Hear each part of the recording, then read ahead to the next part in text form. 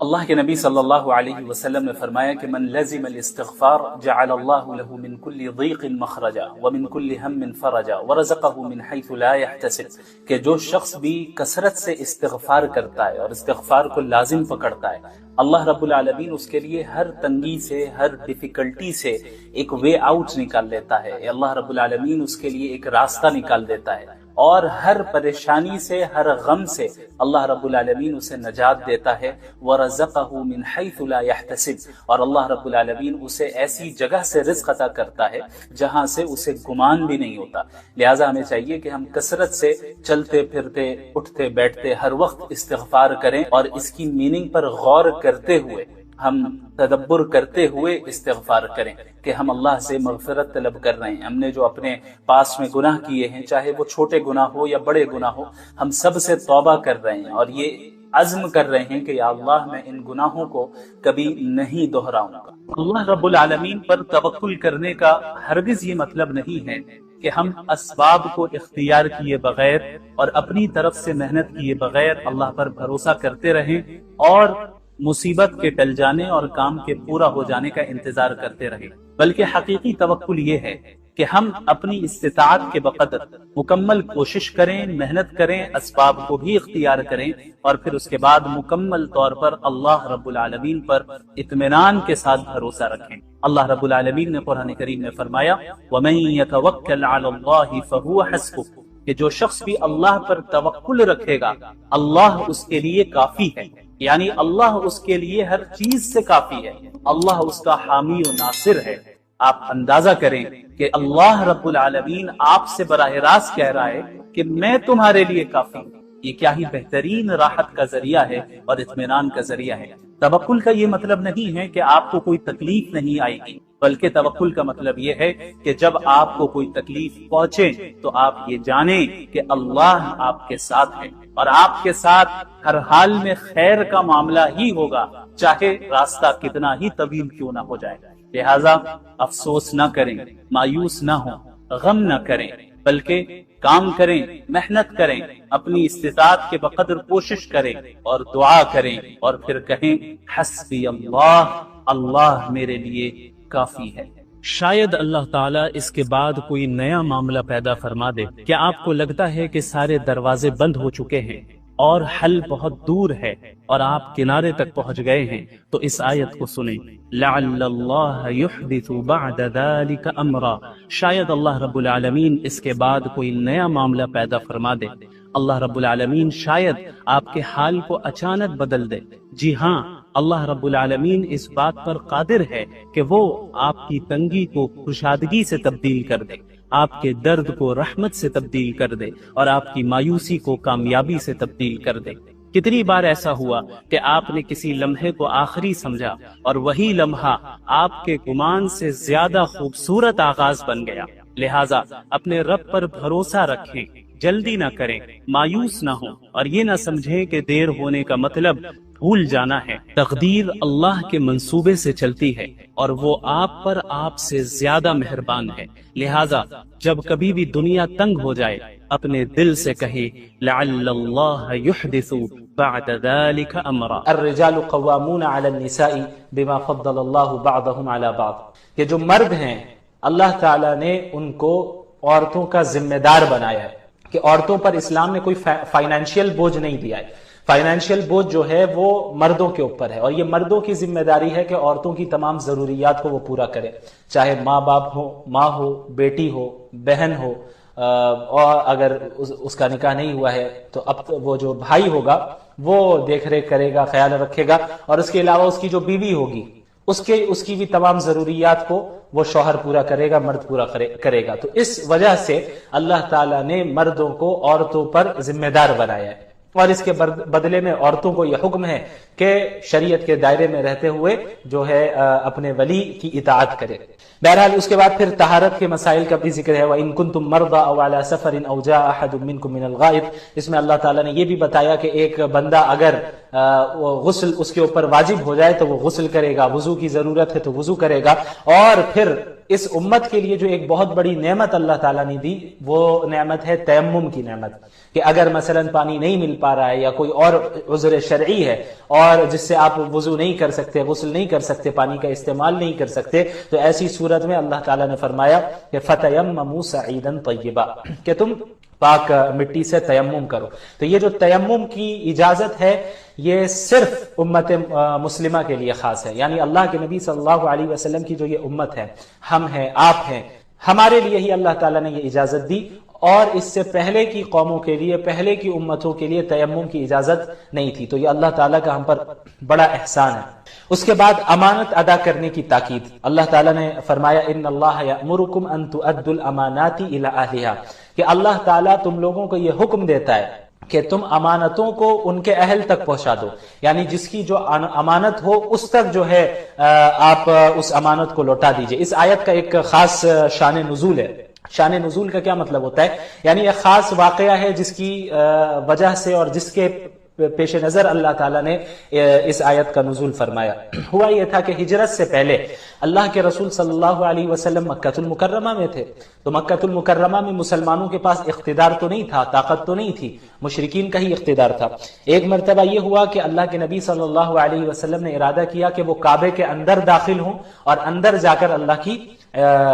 عبادت کریں یا اندر جائیں۔ تو اس وقت بھی کعبے کی جو چابی تھی، یعنی کعبے کے دروازے کی جو چابی تھی وہ عثمان بن طلحہ کے پاس تھی۔ تو اللہ کے نبی صلی اللہ علیہ وسلم عثمان بن طلحہ کے پاس جاتے ہیں، یہ اس وقت کا واقعہ ہے جب اللہ کے نبی مکہ میں تھے، اور عثمان بن طلحہ سے کہتے ہیں کہ آپ دروازہ کھول دیں، کعبے کا دروازہ آپ کھول دیں، چابی دے دیں تاکہ ہم اندر داخل ہو سکیں۔ تو عثمان بن طلحہ منع کر دیتے ہیں اور آپ صلی اللہ علیہ وسلم کو اندر داخل ہونے نہیں دیتے۔ تو آپ صلی اللہ علیہ وسلم اس وقت عثمان بن طلحہ سے یہ کہتے ہیں کہ ایک وقت ایسا آئے گا کہ جب تم یہ چابی میرے ہاتھ میں دو گے اور پھر میں جسے چاہوں گا اس کعبے کے دروازے کی چابی جسے دینا چاہوں گا میں اسے دے دوں گا۔ اور ٹھیک ایسے ہی ہوا فتح مکہ میں، یعنی جب ہجرت ہو گئی، پھر ہجرت کے بعد ایک لمبا عرصہ گزر گیا، سن 8 ہجری میں جب مسلمانوں کو فتح ملی مکہ المکرمہ میں، اللہ کے نبی صلی اللہ علیہ وسلم مسلمانوں کے ساتھ مکہ میں داخل ہو جاتے ہیں اور اسلام وہاں غالب آ جاتا ہے، بغیر لڑے، بغیر خون خرابہ، کسی بھی خون خرابہ کے بغیر مکہ المکرمہ فتح ہوا۔ اس مبارک مہینے کی مختلف فضیلتیں ہیں، انہی میں سے ایک خاص فضیلت اس مہینے کو جو حاصل ہے وہ یہ ہے کہ قرآن کریم کے نزول کی ابتدا اسی مہینے میں ہوئی۔ اسی لیے قرآن کریم میں اللہ رب العالمین نے سورۃ البقرہ میں فرمایا کہ رمضان کا مہینہ ہے جس میں قرآن کریم کو نازل کیا گیا، جو کہ تمام انسانیت کے لیے ہدایت نامہ ہے۔ تو ہمیں اس آیت سے معلوم چلا کہ رمضان کے مہینے کا قرآن کریم سے اور قرآن کریم کا رمضان کے مہینے سے ایک گہرا تعلق ہے، ایک گہری نسبت۔ اس نسبت کو سمجھنے کے لیے ہمیں قرآن کریم کے نزول کے مقصد کو سمجھنا ہوگا کہ آخر قرآن کریم کے نزول کی ضرورت ہی کیا تھی، اور اللہ رب العالمین نے اپنے آخری نبی محمد الرسول اللہ صلی اللہ علیہ وسلم پر اس مبارک کلام کو کیوں نازل کیا۔ اس کا جواب بھی قرآن کریم میں ہی موجود ہے۔ اللہ رب العالمین نے فرمایا کتاب انزلناہ الیک مبارک لیدبروا آیاتہ ولیتذکر اولو الالباب، کہ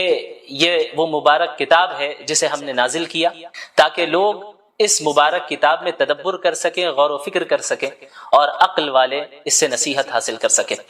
ان ھذا القرآن یہدی للتی ہی اقوم، یقیناً یہ قرآن کریم ایک ایسی کتاب ہے جو بالکل سیدھے راستے کی طرف رہنمائی کرتی ہے اور ہدایت دیتی ہے۔ لہٰذا ہمیں معلوم چلا کہ قرآن کریم کے نزول کا مقصد تمام انسانیت تک ہدایت پہنچانا ہے، اور تمام انسانیت کے لیے ایک ایسا راستہ واضح کرنا ہے جس راستے کو اختیار کر کے ایک بندہ ہمیشہ ہمیش کی جنت میں داخل ہو سکے اور جہنم کے عذاب سے اپنے آپ کو بچا سکے۔ یاد رکھیں کہ اللہ کے نبی صلی اللہ علیہ وسلم تلاوت کلام اللہ اور قرآن کریم کو پڑھنا، اس کا دور کرنا، اسے سمجھنا، اس کی تعلیم دینا تو پورے سال آپ صلی اللہ علیہ وسلم کا یہ معمول تھا، لیکن رمضان المبارک میں مزید اہتمام کے ساتھ آپ صلی اللہ علیہ وسلم اس عمل کو انجام دیتے، یہاں تک کہ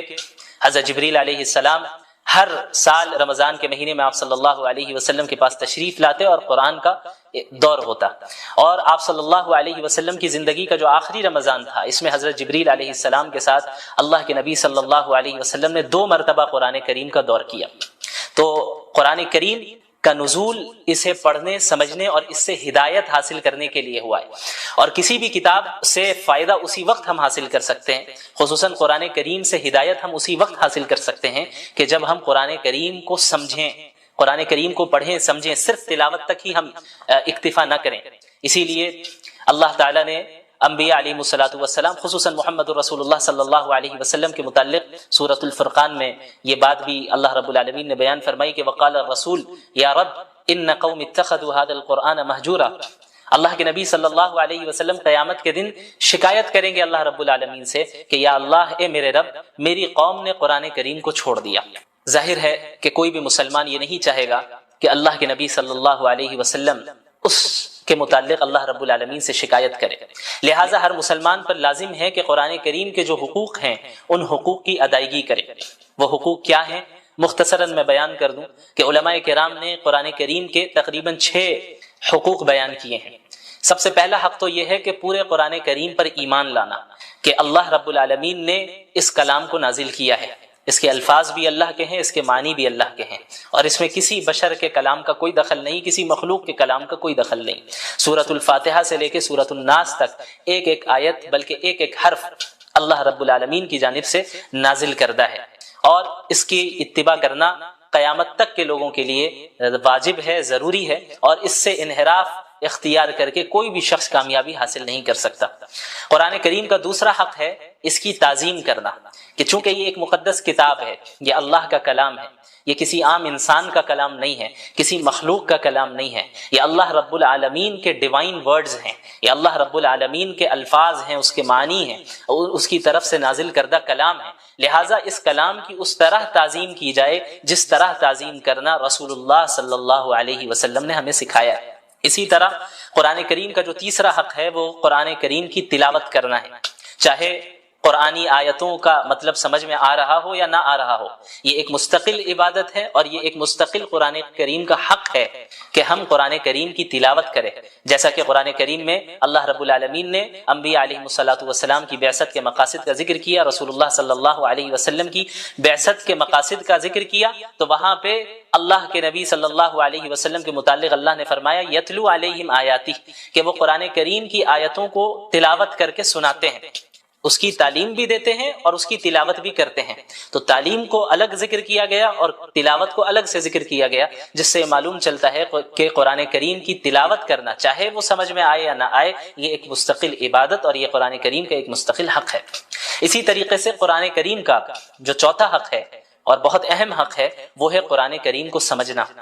کیونکہ قرآن کریم کا نزول محض تلاوت کے لیے نہیں ہوا، قرآن کریم کا نزول محض رقیہ کرنے کے لیے نہیں ہوا، قرآن کریم کا جو نزول ہوا ہے وہ اس میں تدبر کرنے کے لیے ہوا ہے، جیسا کہ اللہ نے فرمایا کتاب انزلناہ الیک مبارک لیدبروا آیاتہ، کہ ہم نے اس مبارک کتاب کو آپ پر نازل ہی اس لیے کیا ہے تاکہ لوگ اس میں تدبر کریں، غور و فکر کریں۔ لہٰذا یہ ہر مسلمان کی ذمہ داری ہے کہ اپنے رب کے کلام کو سمجھیں، سیکھیں، اور خصوصاً رمضان المبارک میں قرآن کو پڑھنے، اس کی تلاوت کرنے اور اس کو سمجھنے کا اہتمام کریں، کثرت کے ساتھ کریں، چونکہ اس مہینے کا قرآن کریم سے بڑا گہرا تعلق ہے۔ اسی طرح قرآن کریم کا جو چوتھا حق ہے وہ ہے قرآن کریم پر عمل کرنا، چونکہ دین اسلام محض ایک آئیڈیالوجی نہیں ہے، محض ایک فکر نہیں ہے، یا کوئی فلسفہ نہیں ہے کہ جسے کسی نے پیش کر دیا اور جس کا عملی زندگی سے کوئی تعلق نہیں ہے، بلکہ قرآن کریم ایک پریکٹیکل زندگی گزارنے کی ہدایت کرتا ہے اور اس میں رہنمائی کرتا ہے کہ ایک مسلمان اپنی زندگی کو کس طرح گزارے، ایک انسان اپنی جلوت کو اور اپنی خلوت کو کس طرح گزارے، پبلک لائف اور پرائیویٹ لائف میں کس طرح لوگوں کے ساتھ معاملات کریں، اس کا اللہ کے ساتھ کس طرح تعلق ہو، اس کا اپنے نفس کے ساتھ کس طرح تعلق ہو، ان ساری چیزوں کے متعلق قرآن کریم رہنمائی کرتا ہے۔ لہٰذا یہ ضروری ہے کہ ہم قرآن کے اس 5ویں حق کو بھی ادا کریں جو کہ ہے قرآن کریم پر عمل کرنا، قرآن کریم پر عمل کرنا۔ اور جب ایک انسان قرآن کریم پر عمل کرے گا اسی کے متعلق اللہ رب العالمین نے کامیابی اور نعمتوں کا وعدہ کیا ہے، جیسا کہ کئی جگہ آپ کو قرآن کریم میں اس کا ذکر ملے گا، ان الذین آمنوا وعملوا الصالحات، الذین آمنوا وعملوا الصالحات، جنہوں نے ایمان لایا اور جنہوں نے نیک اعمال کیے، یعنی قرآن کریم پر عمل کیا۔ لہٰذا عمل کرنا یہ قرآن کریم کا 5واں حق ہے اور بہت اہم حق ہے۔ اسی طرح قرآن کریم کا جو چھٹا حق ہے جو کہ علماء کرام نے بیان کیا ہے، اور یہ بھی بہت اہم ہے، ان حقوق میں سے ہر ایک حق اپنی جگہ پہ اہمیت کا حامل ہے اور ان سب کو ادا کرنا ضروری ہے۔ جو چھٹا حق ہے قرآن کریم کا وہ ہے اس قرآن کریم کی تبلیغ کرنا۔ یا ایھا الرسول بلغ ما انزل الیک من ربک، یہ حکم سب سے پہلے اللہ رب العالمین نے محمد رسول اللہ صلی اللہ علیہ وسلم کو دیا، اور محمد رسول اللہ صلی اللہ علیہ وسلم کے واسطے سے تمام امت مسلمہ کو دیا۔ اللہ رب العالمین نے فرمایا کہ اے رسول، آپ کے رب کی طرف سے جو کچھ آپ پر نازل ہو رہا ہے اس کی تبلیغ کریں، اسے دوسروں تک پہنچائے، کیونکہ دین اسلام محض کوئی نسلی مذہب نہیں ہے جس طرح یہودیت ہے جو کہ ایک نسلی مذہب ہے۔ قرآن کریم اور دین اسلام اس طرح نہیں ہے۔ دین اسلام کا دروازہ تو ہر ایک کے لیے کھلا ہے، جو بھی ایمان قبول کر لے، جو بھی اسلام میں داخل ہو جائے، جو بھی قرآن کو سچا کلام مان لے، جو بھی صحیح عقائد اختیار کر لے، اعمال صالحہ کرے، اس کے لیے جنت کا وعدہ ہے، اس کے لیے اللہ کی نعمتوں کا وعدہ ہے۔ تو یہ جو امت ہے، امت مسلمہ، یہ امت دعوت ہے، جیسا کہ سورۃ البقرہ میں اللہ نے فرمایا کنتم خیر امۃ اخرجت للناس، کہ تم وہ امت ہو جسے تمام انسانوں کے لیے نکالا گیا، محض مسلمانوں کے لیے نہیں، محض مخصوص خاندان کے لیے نہیں، محض مخصوص علاقے والوں کے لیے نہیں، للناس اللہ نے فرمایا کہ تمام انسانیت کے لیے اللہ رب العالمین نے اس امت کو بھیجا ہے۔ تأمرون بالمعروف وتنہون عن المنکر، کہ تم انہیں نیکیوں کا حکم دو اور برائیوں سے روکو، وتؤمنون باللہ، اور تم ایک اللہ پر ایمان رکھو۔ لہٰذا قرآن کریم کا یہ چھٹا حق ہے کہ ہم قرآن کریم کی تبلیغ اور اس کی اشاعت کریں، تمام اقوام عالم تک قرآن کریم کے پیغام کو پہنچائیں اور اس فریضے کو ادا کریں جو فریضہ اللہ کے نبی صلی اللہ علیہ وسلم کو اللہ تعالیٰ نے دیا، اور اللہ تعالیٰ کے نبی صلی اللہ علیہ وسلم نے خصوصاً حجۃ الوداع کے موقع پہ امت مسلمہ کو سونپا، اور آپ صلی اللہ علیہ وسلم نے فرمایا تھا کہ فَلْيُبَلِّغِ الشَّاهِدُ الْغَائِبُ، تم میں سے جو بھی موجود ہے میری بات ان تک پہنچا دے جو یہاں پر موجود نہیں ہے۔ تو یہ سلسلہ تبلیغ کا اور قرآن کریم کی اشاعت کا عہد نبوی سے جاری رہا، یہاں تک کہ آج اس صدی میں بھی ہم تک اسی طرح قرآن کریم پہنچا، اپنی تمام تفصیلات کے ساتھ، تمام تفسیر کے ساتھ، تمام تشریح کے ساتھ، اور اب یہ ہماری ذمہ داری ہے کہ قیامت تک کے لوگوں کے لیے ہم اسے جاری رکھیں اور اس کے پیغام کو عام کریں۔ تو جب ہم قرآن کریم کے نزول کے حقیقی مقاصد کو سمجھیں گے اور قرآن کے حقوق کو سمجھیں گے تو قرآن کریم کے ساتھ وقت گزارنے میں بھی ہمیں لذت محسوس ہوگی۔ خصوصاً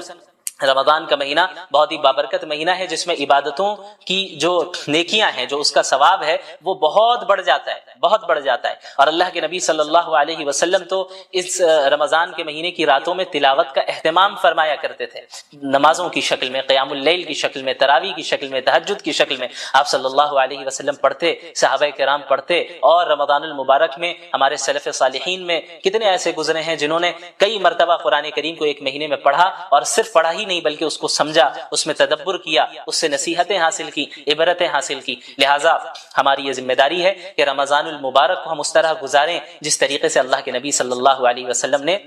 گزارا۔ یہاں تک کہ بعض سلف صالحین کے معمول کا ذکر ہوتا ہے کہ بڑے بڑے محدث جو پورے سال حدیث کا درس دیا کرتے تھے، جب رمضان المبارک کا مہینہ شروع ہوتا تو حدیث کے دروس، فقہ کے دروس، ساری چیزوں کو موقوف کر دیتے اور مکمل طور پہ اپنے آپ کو قرآن کریم کے درس، قرآن کریم کی تدریس کے ساتھ مشغول کر دیا کرتے ہیں، اس کو پڑھنے اور اس کو پڑھانے میں اپنے آپ کو مصروف رکھتے کہ چونکہ اس مبارک مہینے کا قرآن کریم سے بڑا گہرا تعلق ہے، لہٰذا اس مبارک مہینے میں ہم زیادہ سے زیادہ قرآن کریم کے ساتھ ہی وقت گزاریں گے۔ اللہ کے نبی محمد رسول اللہ صلی اللہ علیہ وسلم کی احادیث کا مطالعہ کریں گے تو آپ کو معلوم ہوگا کہ پچھلی قوموں کے اوپر بھی اس طرح کی آزمائشیں آئیں، جو اللہ کے ماننے والی قوم تھی، ایسی قوم جو انبیاء کی اطاعت کرنے والی تھی، انہیں بھی مصائب سے، مشکلات سے دوچار کیا گیا، یہاں تک کہ خود انبیاء علیہ السلام مصائب اور مشکلات سے دوچار ہوئے، اور محمد الرسول اللہ صلی اللہ علیہ وسلم جو سید الانبیاء ہیں، افضل الانبیاء ہیں،